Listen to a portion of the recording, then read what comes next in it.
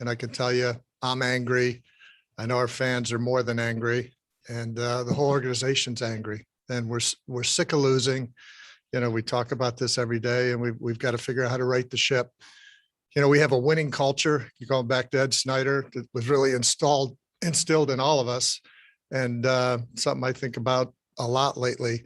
And when we talk about winning, it's not just a winning record, it's winning the Stanley Cup, being a contender. You know, that's really where we want to go. That's who we want to be. You know, as I look back to the start of the season, you know, I had high hopes, really had high hopes. I went back and looked at some of my comments from last fall. I think Chuck made some smart moves. I think we put a really strong roster together, and, you know, unfortunately, you know, it didn't pan out for us. If you were to ask me what our number one challenge is today, it's injuries. It's not an excuse, but it's our reality. I can tell you, I read that medical report every day and open it up and, you know, cringe a little bit. You know, it's last time I looked at it, we were at 10, just at the NHL level, 10 injuries. So the good news is I think some of that will come back to us. You know, we're at the halfway point in the season. We've got some time. But I can tell you, everybody in this organization is waking up every day and really thinking about what we can do to improve this team. You know, I mean, Chuck and I talk daily. It's been a good partnership. The front office support, the coaching staff, really all of our hockey people, we're all thinking long and hard about it. So, and I just want to address our fans for a second and really just say, I'm sorry. You know, you deserve so much better than what we're dealing with right now. This isn't what anybody signed up for. I can tell you we're determined to right the ship here and get it right. And, you know, looking forward to the future. So with that, I think we'll open it up to questions. I just might add one quick thing, I guess a little bit off that topic, but I just think it's really important that, you know, we just commend and congratulate Keith Yandel on an incredible accomplishment to play that many games in a row, you know, particularly in that position, going back for pucks, you're getting hit, you're blocking shots. The COVID era, it's just remarkable that he was able to not only play that many games, but I think he's one of the leading scoring defensemen during that time period. So it's an incredible accomplishment, and certainly a little bit of, you know, one bright spot in a pretty tough time right now. That was nice. And seeing Mayhew last night was another bright moment. He had a couple. Yeah. Chuck, two of your cornerstones, Ryan Ellis and Sean Couturier, have been kind of quiet on their injuries. Can you give specifics, and do you expect either to be able to play again this year? Well, I think they're both, you know, working hard. I think it could go either way with both players.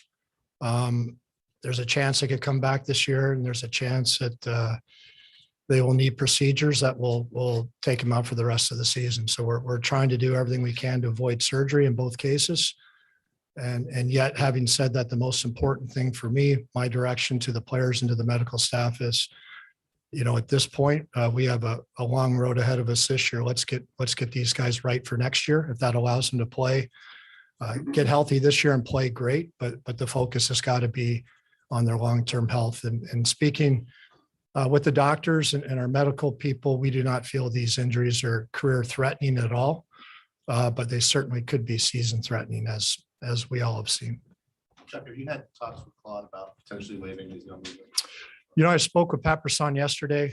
We speak 2 to 3 times a month generally. We have a few other clients of his on our roster. So I have a very good relationship with Pat, and I think a great relationship with G. I think the best way to put it, you know, first of all, you know, I think Bob Clark is probably the best player in franchise history. Once we get beyond Bob Clark, there's been some great players: Billy Barber, Bernie Perrant, Lindros, Simon Gagne. You can go on, Brian Propp. You can go on. And I think Claude is certainly right in that group. Eric Desjardins, I shouldn't forget him, but he's right in that group. He's one of the best Flyers to ever play. He's our captain. He's been our best player this year. Nobody cares more about the Flyers than he does. So, I think we have to recognize what we're dealing with here. He's a franchise icon. His jersey is going to be in the rafters. To me, he's a Hall of Fame player. But Claude has a no move trade in his contract. Ultimately, that'll be his decision.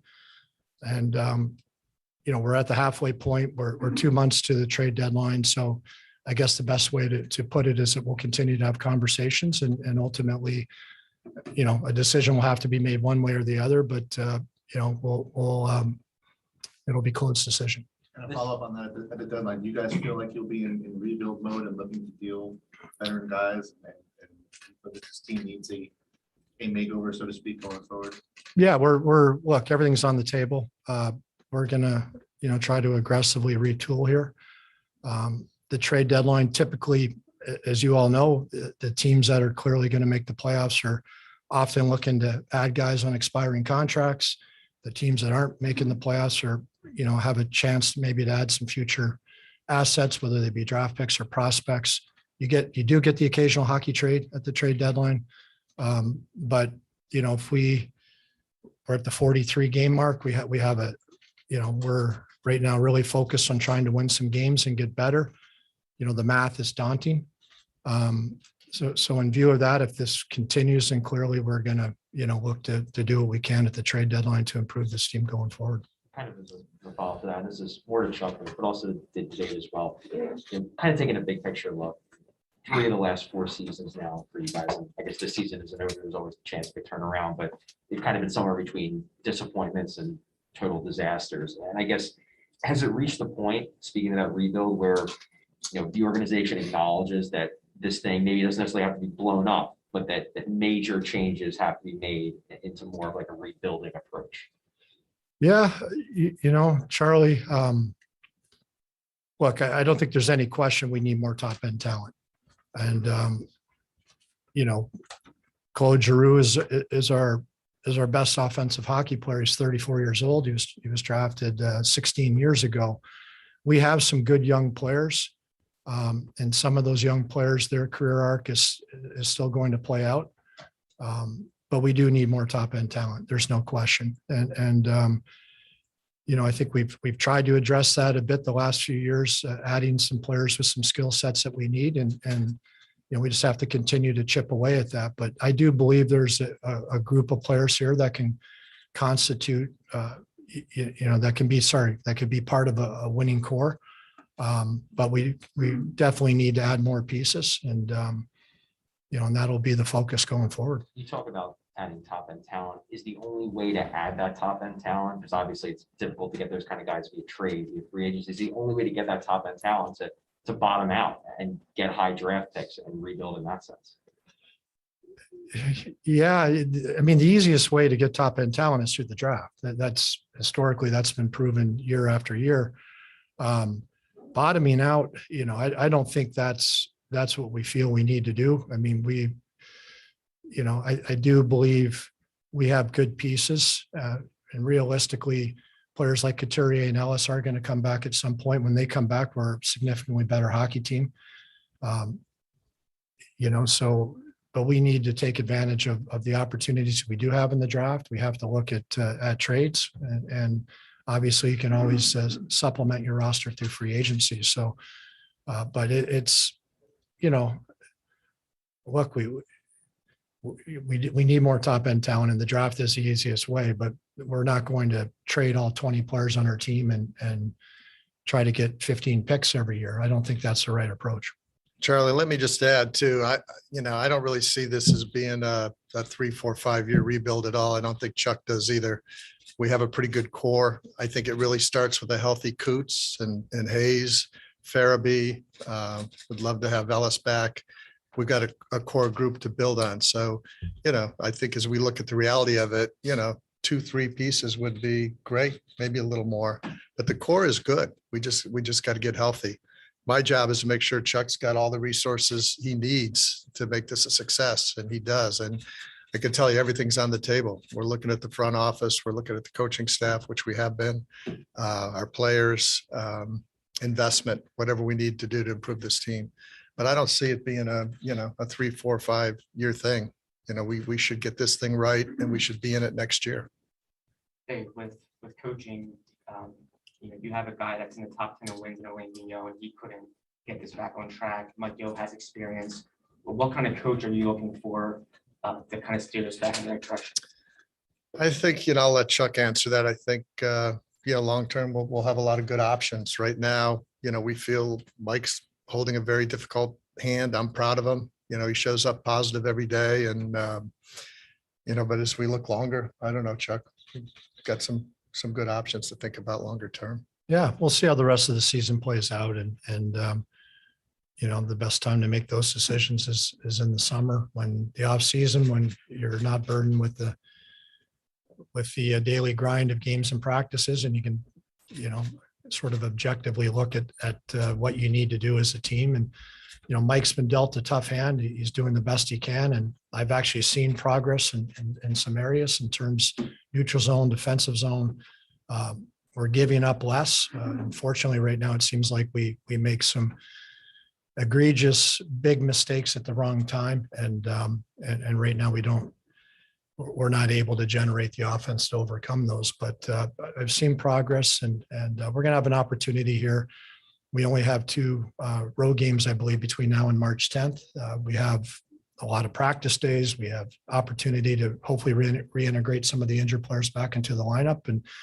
And as we look ahead here, the goal is to win some games the rest of the way, become stabilize here, become a better team. But I can't state enough how important the next few months will be for some of our young players. And it's just not realistic to go out, as I mentioned to Charlie earlier, to reinvent a team. You can't replace 20 players every year. And we have some young players that right now are getting an opportunity to play in the NHL, probably because of injury. We also have some young players that are in the American League. We have a couple of young players, unfortunately, that are injured. But over the next 8 weeks, this is unbelievable opportunity for these players to show what they can do and to show us. And maybe some of the answers to what we're looking for are here in-house, and that's what you hope. And that'll certainly be one of the areas of focus here as we go forward. Just for Dave, how concerned are you by the dwindling attendance? And what message do you have to the fans out there? Yeah, I mean, Sam, it's, when you're not winning, you don't have a good product on the ice, it's going to impact attendance. So we're feeling it. I'm feeling for the fans. You've got team performance. You also got COVID protocol. I mean, Philadelphia is very tough with this vaccination. So that's impacting attendance. It's impacting the Wings. It's impacting the Sixers. It doesn't help the cause. But bottom line is we have to get better. We got to figure out how to win games. Chuck, you just brought in a new assistant. Was there a reason that there was such a delay from when, the others left to now? Just part of the process. We spoke to some different people. We're offered an opportunity to come in and coach for the rest of the season with no promises beyond that. And, so I actually am very thankful that for John Torchetti coming in, kind of, to be honest with you, helping, Mike and I right now. And I think that was great. Some people aren't interested in 2-month opportunities to move away from their family with no promises. So, but it took a little bit of time and we just gone through a stretch of 8 games in 13 days where you're literally just, you're just trying to make sure you have enough time to make the right decision. But John's a lifer. This is a man I've worked with before, but he's technically very savvy. He's run power plays, run PKs, been an interim head coach. He's coached in the American League, coached in the ECHL, coached in Russia. He's done everything. And I think he'll really help Mike and the coaching staff and the players. And part of what I mentioned earlier is we have a handful of players that are in the NHL right now that maybe typically wouldn't be. And so we're also, in addition to preparing for games and trying to win games, you're also developing in the NHL, which is not a usual thing. And John's great at that area. So, we appreciate him coming in and offering to help us. Quick follow-up to that. Is he in COVID protocol now? Yes, that's kind of And sums things up right there. It's the usual, Sam. there's no idea when he'll, I don't know if he tested Oh, negative today. or Yeah, we tomorrow, or- grabbed him at the airport and 2 hours later he was in COVID protocol. So it just, you can't make this stuff up. But anyway, yeah, hopefully he'll be a candidate to coach Saturday, but it's kind of right around that. You mentioned the power play. Will he run the power play? That'll be up to Mike. Mike can address, I think he's looking at it at a different way and, he'll certainly lighten Mike's workload and Daryl and Nick Schultz have done a great job too, but I just think adding one more experienced guy will really help this situation and having a few more hands on deck. This is for both of you as well.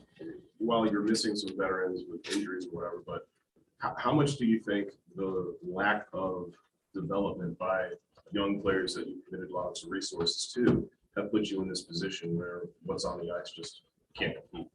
Yeah.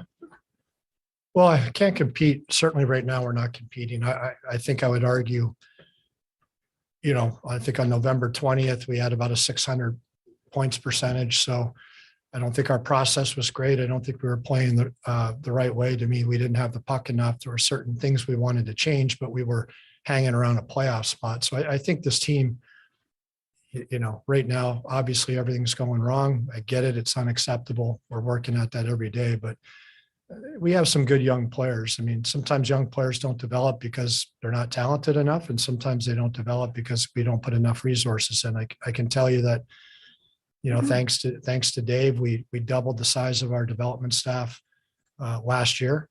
And it's a little bit like gardening. You plant seeds in the ground. It might take a year or two to see the fruits of that. But, we've invested a lot of money in every area, including player development in the last few months. We're doubling the size of our analytics department.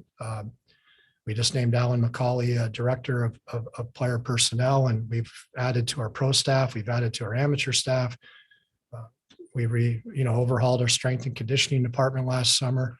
So, this is my third full season here. We've made an awful lot of changes, in many cases adding to the existing staff. We've massively increased our budget, and hopefully as we go forward here, we're going to have the personnel in place to make sure that we properly develop every player that we draft. So that's the resources. You've been here for, almost 3 years now. Is the talent there? I mean, that's a pretty broad question. Joel Farabee, absolutely. The talents are. I mean, we can go through player by player. It's no different when you draft. Some players hit, some players don't hit, and we, as I mentioned to Charlie earlier, I think there's no question we need more top end talent. But we have a lot of good hockey players, and we have a pretty good core here, and time will tell. Look, my first draft here, and I say that just because I wasn't in the room when it happened. For a lot of these past drafts, I could tell you I've read all the reports from our scouts from 2014 on. I know what everybody felt. I know where we were right and where we were off, but I wasn't in the room when these decisions were made as to what certain players when they were picked. From 2019 on, I can tell you, the first player we took was Cam York. We drafted him because we really felt we needed another puck moving defenseman, a guy that could retrieve and help on the power play, kind of one of these modern age, new age defensemen. He's 21 years old. He's already making an impact on our team. Our second and third round pick from that draft are still in college. The 20 draft, 21 draft, obviously it's hard to tell. So I can tell you, I believe our scouts do a hell of a job. And, I like the process we have in place, and I believe we're going to be able to find good talent going forward with the group that we have. Dave, as a follow-up to Sam's question earlier, as Chuck and his team are going through this process of righting the ship and getting things going again, what can the organization do to try and get fans to come back and to be part of what the organization is trying to do and to be excited about it going forward? Yeah, I mean, we have to continue to communicate with our fans, and Valerie Camillo runs the business side there, and we're trying to do everything and more. I mean, another area we're investing in, but my job again is to provide Chuck and Valerie with resources, and I'm that's what I'm doing. Chuck, Dave mentioned as well about the impact of injuries this season.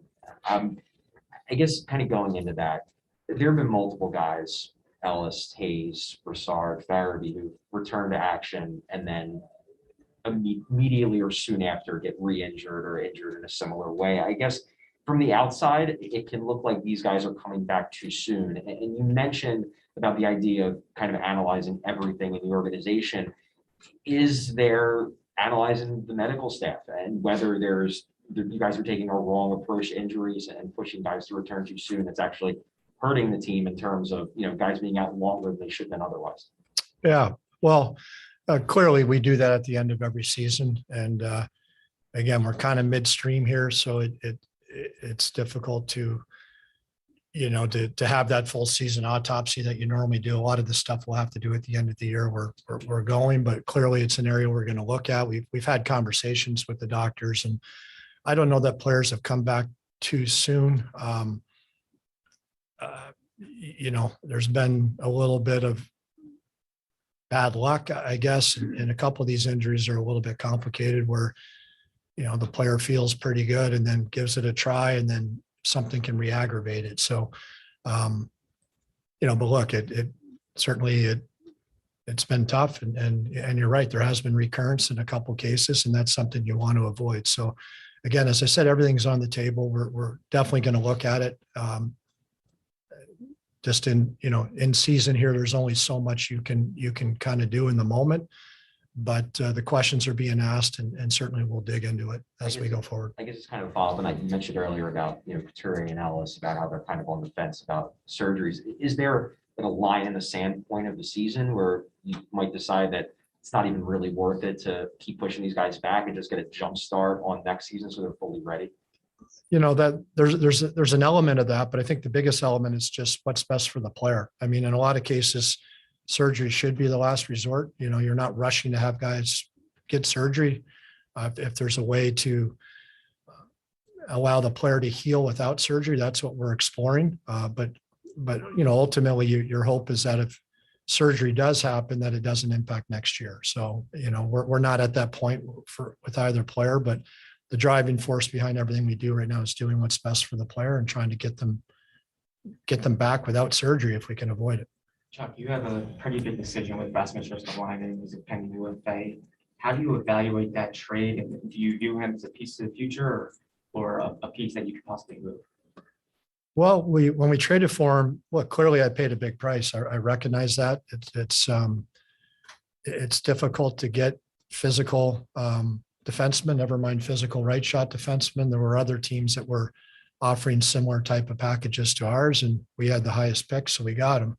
And I recognize we paid a big price. And I mentioned to Charlie earlier, we need more top end talent. I also think we need, some bigger, more competitive people too. You look at that game last night, and the Islanders are a big, heavy team, and we had our hands full. So, we need to do a better job of competing in that area as we go forward. And Ristolainen can certainly be part of a 6-man defense core and bring an element that not a lot of people have. So, the goal when we traded for him was to keep him. And, obviously he's a pending UFA, and he will control a lot of that discussion, and we'll work with his representation to see what makes sense.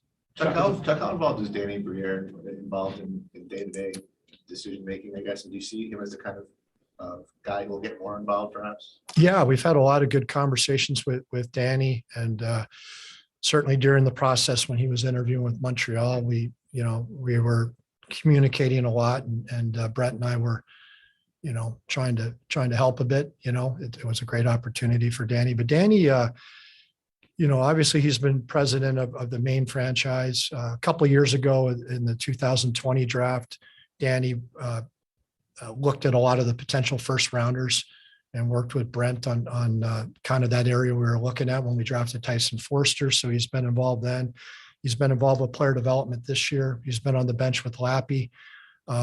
I think moving forward here, he's going to have a much bigger role in hockey ops. He's a guy to me that great, obviously knows the game, played the game, great personality, a very good evaluator of players. And I think there's a lot he can add to our group. And again, he has been involved in a lot of the decisions. He sat in pretty much every big meeting we've had the last 2 years. So I've enjoyed working with them and hopefully it's something that can, transition to even a bigger role with us going forward. Chuck, as a follow-up to the question Marcus asked you about talent evaluation within the organization. When you look at, you do your self-evaluations and you see what you have and you see what was here before you got here and what you have to work with. Does it almost make it a little bit more challenging for you to now have to come up with creative ways to try and work on the roster because of what maybe limitations you might have with what you have? But that's the job of every general manager. I came here, accepted this job. I knew the pluses and the minuses. Every team has them. Look, I can just tell you, I'll just go back to the drafts we've had since I've been here. And if you look at what we've tried to do, I think, Cam York, we really felt we needed another defenseman that could move the puck. And I still think that's one of the areas of our game that we need the most work on, our retrievals, our transition. We don't get out of D zone quickly and cleanly enough for my liking, and we defend too much. It's hard to score goals when you're defending. Cam York is a guy I think can really help in that regard. If you look after that, trying to find some creative offensive players, we drafted Bobby Brink, undersized guy, tremendous heart, competitor, hockey sense. Tyson Forster, big shot, trying to find we don't have enough shooters in my mind. Part of the reason we got Cam Atkinson, trying to find some shooter scorers instead of guys trying to make plays all the time. Thought he's a guy that could complement our group really well. And even last year with Tuomola, I traded our first round pick, but Samu is a guy that if he hits, he's got quickness, the shot, and the offensive skill. He's got things he has to work on to play, but we've tried to add some talent, some guys that have a chance to hit, even some of our later picks. They don't, not every player makes it, but we're trying to find talent. And I think every team in the league is trying to do that. And yet, you also need some big physical guys too. So there's a balance, but we're pursuing that. We'll continue to pursue that. And we'll continue to work with this group and we have some good talent on our team. Kids like Farabee and Konechny, those are two of the better young forwards in the league and lots of skills. So I'm hopeful Morgan Frost can continue to take a step. He's a young man. I think the last 3 games have probably been his best. He's still a work in progress, but coming off missing a whole year, he's a guy that has a chance to play and bring a skill set that we need. He's one of the players that has a great opportunity here the next couple months to impress upon us and maybe be a part of the solution next year. So we don't have to buy one more player in free agency. So there's parts here that we're hopeful about and we'll just continue to grow the group. Dave, there's a segment of Flyers fans and alums, former players. I guess you can debate the size of the segment, but there's a segment out there that says the Flyers become too disconnected from the Ed Snyder way, so to speak, personal relationships or just the way you treat fans. Or do you sense that, feel that, heard that, and do you feel it's fair? And if it is or not, does it matter? I feel if you talk to people inside the organization now, and I think it's been pretty stable for a couple of years now, whether it's on the business side, I've had Valerie Camilla, she's in her 4th year. She's a terrific executive. She's built a great team. Chuck's, been here now just about as long, I guess about the same time. And so, no, I think if you asked anybody in hockey ops, they would say nothing's changed. Talk to the old timers, people that are still with the organization. I think if you're on the outside looking in, maybe you're hearing some things and seeing it differently. But with that said, you can always make it better. And, I want it to be a family atmosphere. I don't think it's changed. I mean, I've been living it in my 9th season here, and we've just tried to build on what Ed started. And I will say this, Comcast has been the same terrific partner to me that they were to Ed. I mean, Comcast has been in this thing for 26 years, the controlling partner. So, it's Comcast is committed to keeping the Flyers. Absolutely. I mean, it's no. I mean, we're headquartered here. We have a lot of sports content, throughout the company, and this is something that everybody gets excited about. David did a coaching change this year, be another coach likely at the end of this year. At what point do you now look above that, your management structure? I want to stop Chuck right here, but at what point is your commitment to the general manager Sure. I mean, right now, I mean, Chuck's my guy and we're trying to build around that, trying to strengthen his front office team as much as we can and made a lot of positive changes that way. So I'm excited about that. I feel like I'm personally surrounded by great hockey people. We've got our 4 advisors. I've got Chuck, I've got his staff, Brent Flair. I mean, we've got a deep bench of talent, on the hockey ops side. So I don't feel like I'm not lacking anything at this point. We'll take a few more. Chuck, you've been in the game, I think since 1993. Have you ever had a season like this, just where your team's where it is in the standings, injuries, all those things included? Yeah, it's been a disappointing season. And again, we knew we're in a tough conference and it's a tough league, but we fully expected to be a competitive team and in the playoff hunt and be a good hockey team. And we haven't been. So a lot of factors involved. Injuries are a part of it, but other teams have had injuries and been able to get through it. But it's been extremely disappointing because I think this is probably the biggest disconnect I've ever felt between what we should be, in my opinion, and what we are. And so that obviously I'm the guy in charge. That falls on me. But right now we are where we are, and I guess just my mindset is now there's going to be opportunities to get better. And we have to take advantage of them. We can't undo what's been done.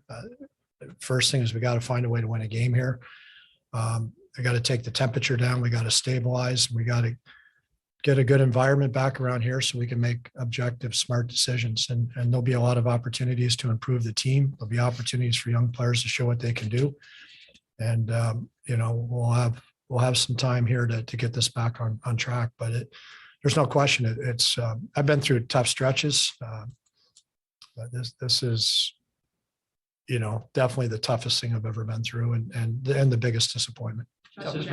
You mentioned that the injuries being an issue. Other teams have dealt with injuries. COVID was an issue for this team. Other teams are dealing with COVID. Why hasn't this team been as resilient as you would have liked to have seen? It's a good question, and again, maybe with time, we'll be able to break it down and look at it. We're right in the middle of it right now and still have half a season. And it's hard to do those types of analyses when you're midstream, but a whole host of factors. Again, we had a pretty good record around Thanksgiving, but I don't think we were playing to our ability. And from that point on, it's been a free fall really since Thanksgiving. Certainly, again, a lot of key guys out of the lineup, some other players not playing to their capabilities. It's been tough. It's been tough right now. This is a real tough stretch. And I think right now we have 10 forwards out between Lappy's team and our team. We're relatively healthy on defense. We don't have Ellis. We have our goalies, but we've been decimated up front and we're struggling to score goals. I still think we should find a way to score more, but right now we're a little bit thin and certainly not generating a lot of offensive chances, but it's been a whole host of reasons. And again, it's been the biggest disappointment that I've been through in terms of where we're at right now. Chuck, with the team basically out of the playoff picture, is it important to start bringing up some of the fans, guys, specifically Igor Zamula? Would you like to give him some experience here? And do you weigh that against benching a Yandel who obviously just set the record? Well, I mean, again, up front, I think we have 6 Phantom guys up here right now. On defense, I think ideally players should develop in the American League until they're ready. Igor's getting better and improving. He's still a young man that needs to get stronger, needs to get more experience, and he has a huge role for Lappy. Lappy's doing a great job with the players down there. So I think the goal is to give players a chance when they're ready for it, and you don't want to rush them. That may happen, but at this stage, I think we want to make sure we're rewarding and playing the right people. Dave, you mentioned a Sure, couple Chuck. minutes ago that you straight up said Chuck's your guy, and just the fact that you're sitting up here with him, it kind of serves as an endorsement of him. I guess my question is, to you personally, why do you have confidence that Chuck is the right guy to spearhead this moving forward, especially given the way the last 2 seasons have played out? Yeah, no, I mean, I like the way he's built this organization.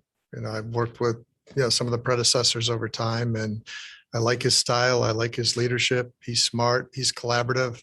I've never seen the front office, working this well together, and again, this is my 9th season. So I like what we did going into this season. On paper, it looked really solid and good, and injuries happened. Again, no excuses for it, but it did happen.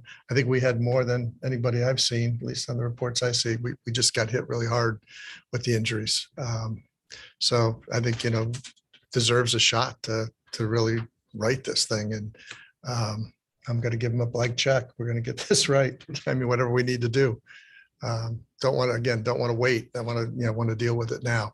So. Last question. Chuck, a couple of years ago, actually for a number of years, if you looked at where national rankings apply, farm systems, where the Flyers are usually at or right near the top. And there have been guys that have filtered up to the NHL that have been contributors. But in looking in terms of where things were seemingly the depth at one point and where you're at now, and injuries, there have been guys, Wade Allison, Kaczynski, who've had serious injuries. But are you satisfied with where things have been development-wise over the time period since you've been there? In terms of the player development? In terms of player development? Yeah, again, I thought we needed to add some more bodies, and we've, again, doubled the size of the staff. And I just think it's such a big role right now. There's no question we can do better and everything. And that's what we're looking to do. And I think we have good people. The people that were here were good people, but it's difficult when you have a couple people handling 30 odd players or whatever you may have on your reserve list and in your developmental system. And even in the American League, we had one assistant coach. Now we have 2.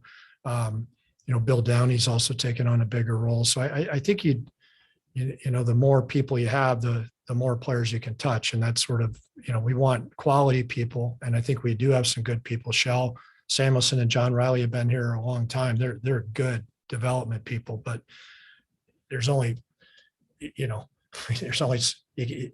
only be in one place, on the road seeing Ronnie Addard or something, then somebody else isn't getting seen. So now we're trying to get more bodies and people out there. But I think between increasing, the doubling the size of the analytics staff and doubling the size of the development staff are going to be able to get a lot more work done in all of these areas and have a lot more information and be able to do a better job. But there's no question, it's a big challenge but I think we're in a pretty good spot right now. We're getting better. Thank you, everyone. Thank you. Thank you.